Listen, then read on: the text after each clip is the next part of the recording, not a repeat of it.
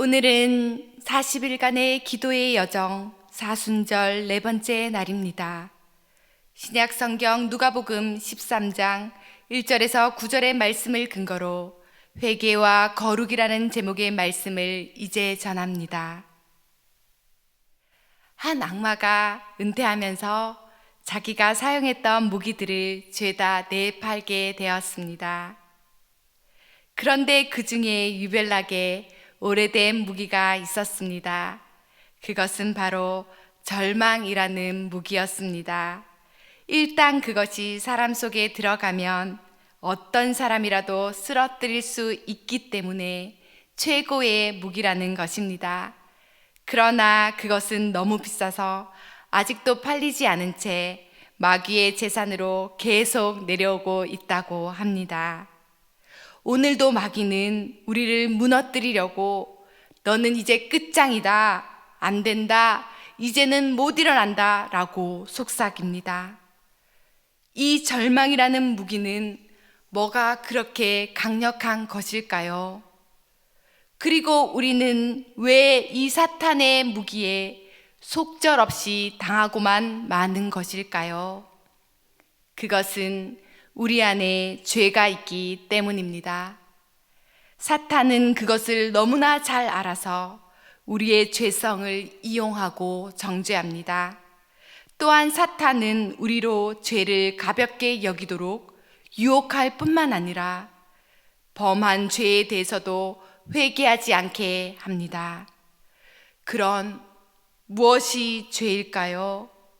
거짓말하고 비방하고 도둑질하고 음란하고 살인하고 이런 것들이 죄일까요? 그럼 이런 행동 아무것도 하지 않는 우리에게는 죄가 없는 것일까요? 오늘 우리 주님의 말씀은 그런 것이 아닙니다. 거짓말하고 비방하고 도둑질하고 음란하고 살인하는 것은 죄의 결과이지 죄 자체가 아닙니다. 죄란 하나님께로부터 이탈한 것이며 삶의 방향이 하나님과 멀어져 우리의 관심이 세상에 있고 하나님의 뜻에는 불순종하는 것이며 불의의 병기로 내 자신을 내어주는 것입니다. 일단 죄에 물들게 되면 죄가 우리 삶에 미치는 영향에 무감각해지는 것입니다. 더 이상 하나님의 은혜를 구하지 않게 되는 것입니다. 그래서 인간은 그 죄로 인해 절망하는 것이고 우리 하나님과의 관계가 끊어져서 절망하는 것입니다. 그러면 본문에서 예수님은 죄된 우리에게 뭐라고 말씀하실까요? 예수님이 무리에게 말씀하고 계셨습니다.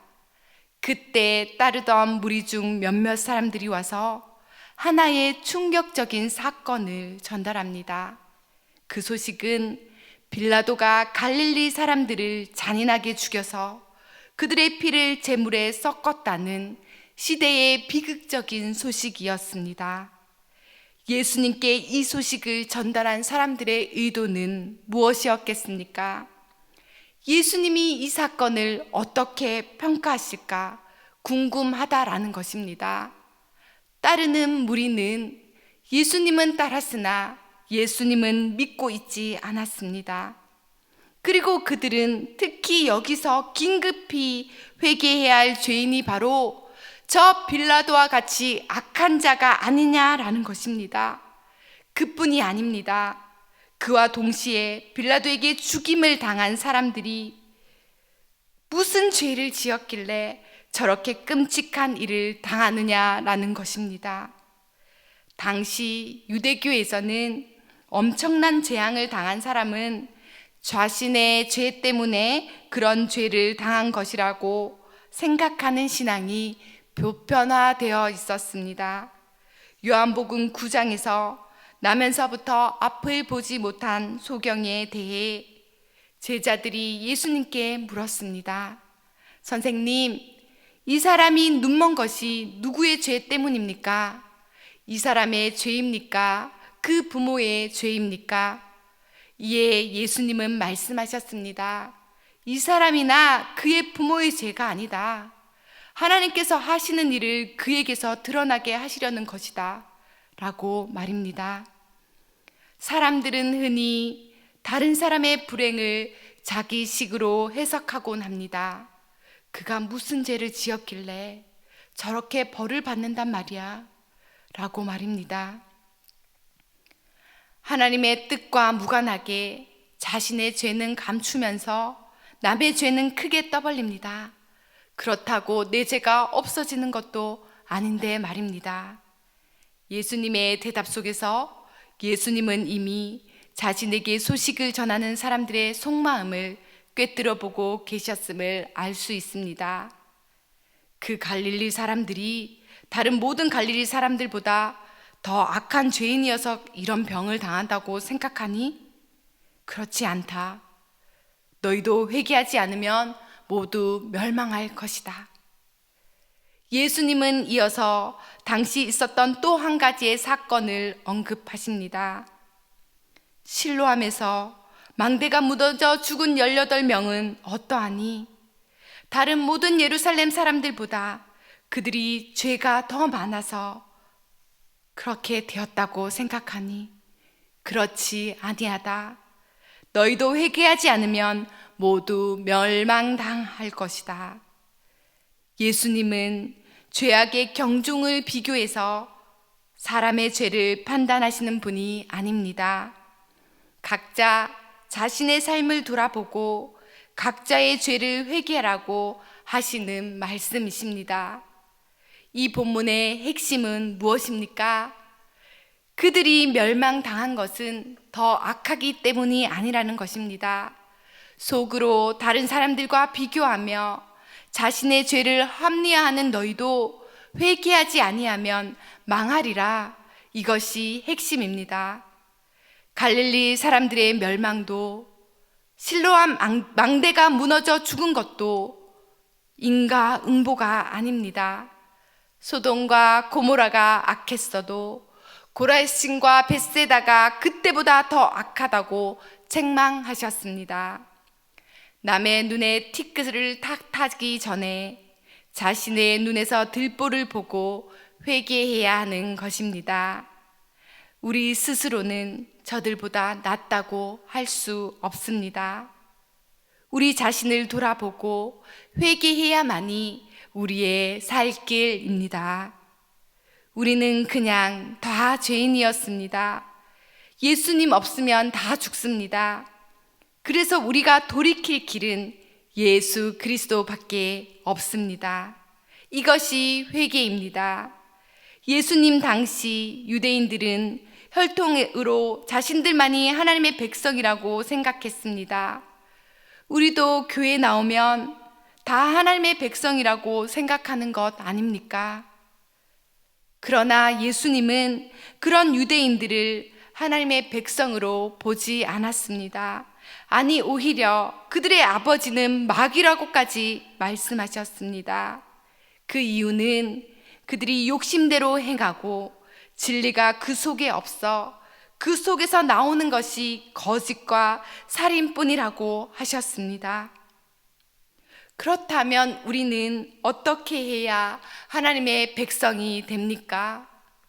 이것이 핵심입니다.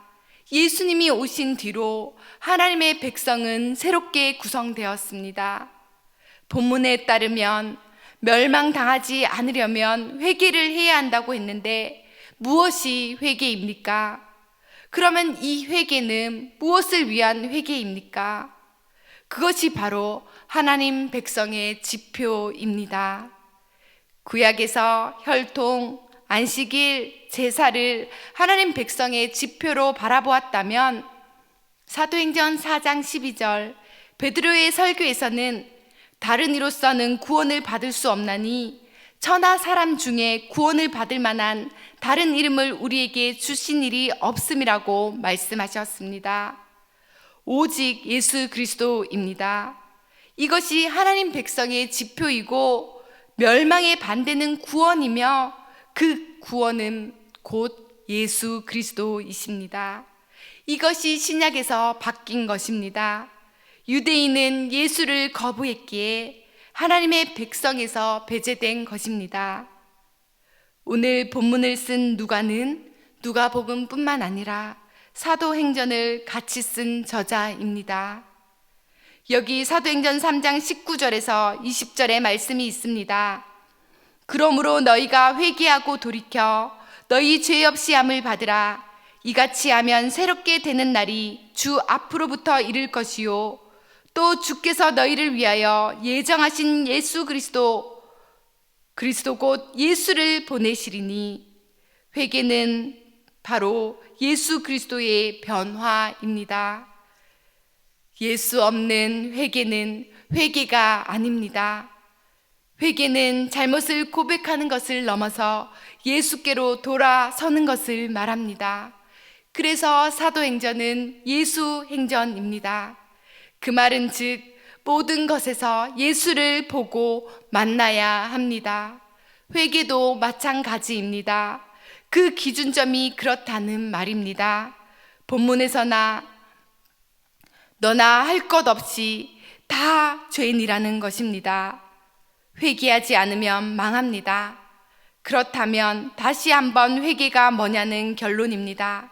그것은 예수께로 돌이키는 것입니다.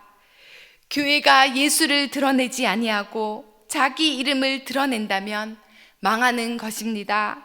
세상의 악함을 지적하면서 자신은 예수를 따르지 않는다면 망하는 것입니다. 주님 보시기에 어떤 것이 더 악할까요? 세상은 구원받아야 할 대상입니다. 죄인도 세리도 심지어 창녀도 다 구원을 받았습니다. 예수님을 받아들이고 예수님께 회개하고 나아오면 말입니다.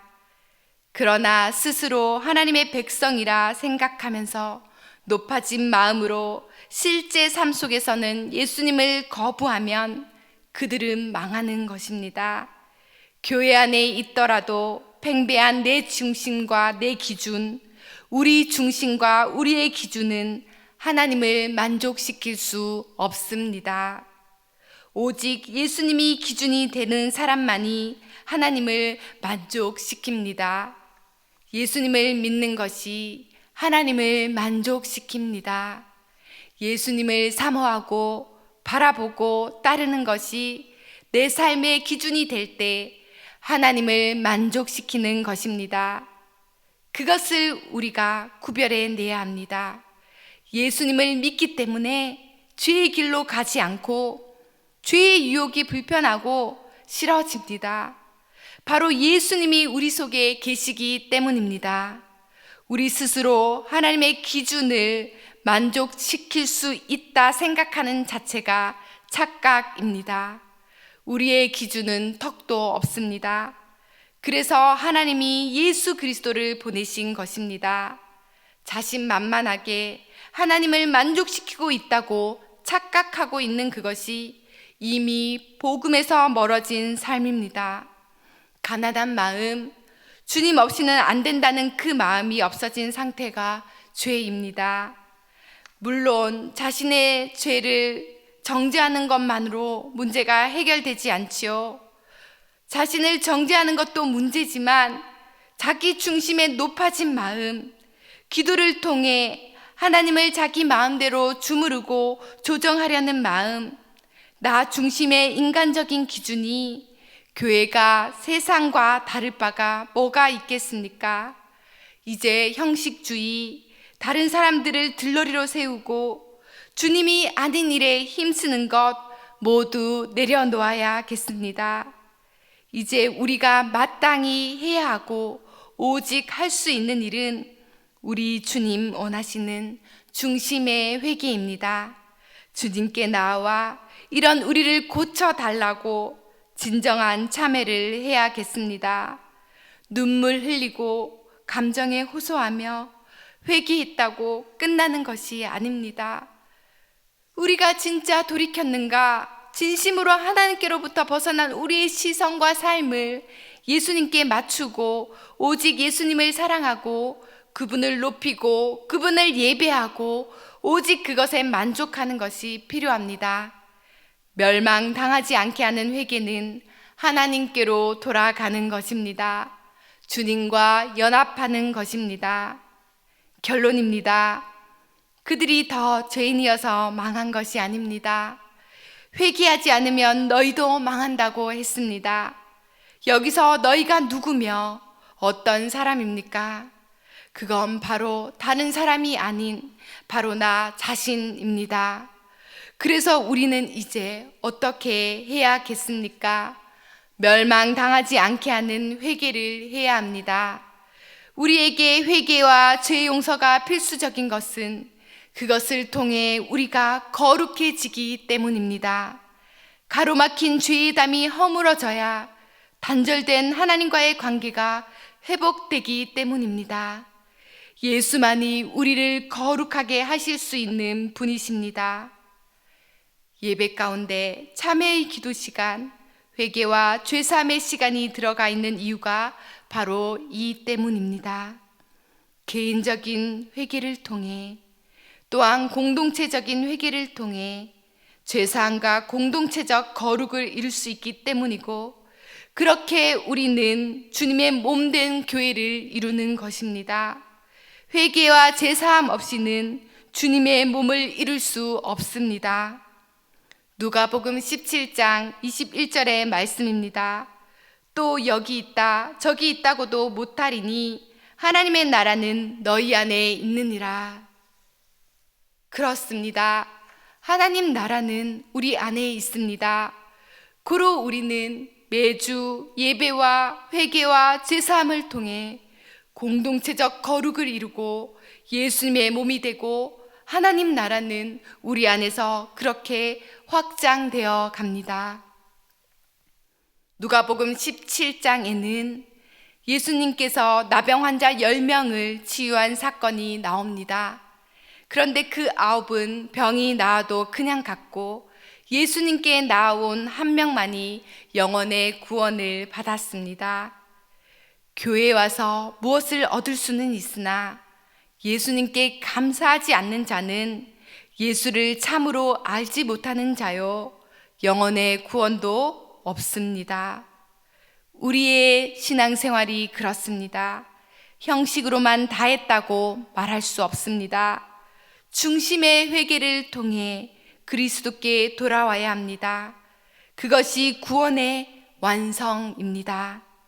초대교회 베드로의 설교는 십자가의 예수와 회개와 죄사함에서 탄생했습니다. 성령이 임하시는 것도 이와 마찬가지입니다. 거룩이 능력입니다. 예수는 거룩하셔서 능력이 있었습니다. 우리 삶에 능력이 없는 것은 거룩이 없기 때문입니다. 진정한 회개를 통해 거룩의 능력을 회복합시다. 그러기에 우리를 위해 피 흘리신 예수 그리스도 우리 주께 나아오십시오. 자격 없는 내 힘이 아닌 오직 그리스도의 보혈로 십자가를 힘입어 나아오십시오. 이 사순절 기간 진정한 회개를 바라시는 우리 거룩하신 예수님의 부름에 응답하는 저와 우리 성도님들이 되시기를 바랍니다. 이제 한 목소리로 합심하여 기도하겠습니다. 다시는 하나님께로부터 떨어지지 않고 멸망당하지 않는 중심의 회개를 통해 예수 그리스도로 구원의 완성을 이루는 거룩한 능력을 회복시켜 달라고 이제 다 함께 통성으로 우리 하나님께 간절히 기도하겠습니다. 주님, 제가 죄인입니다. 이 죄인을 불쌍히 여겨 주시옵소서. 구원받아야 할 세상과 비교하며 괜찮은 척, 의로운 척 살아왔던 위선을 용서하여 주시옵소서.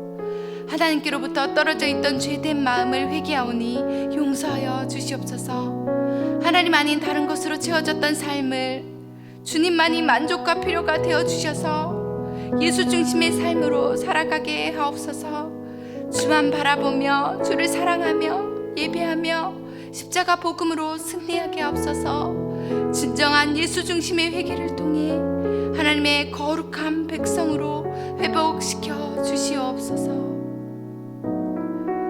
거룩하신 하나님 아버지, 회개하지 않으면 죽어 마땅한 이 죄인을 불쌍히 여겨주시고 하나님보다 높아진 우리의 기준과 위선으로 예수님 중심의 삶을 살지 못했던 죄를 용서하여 주옵소서.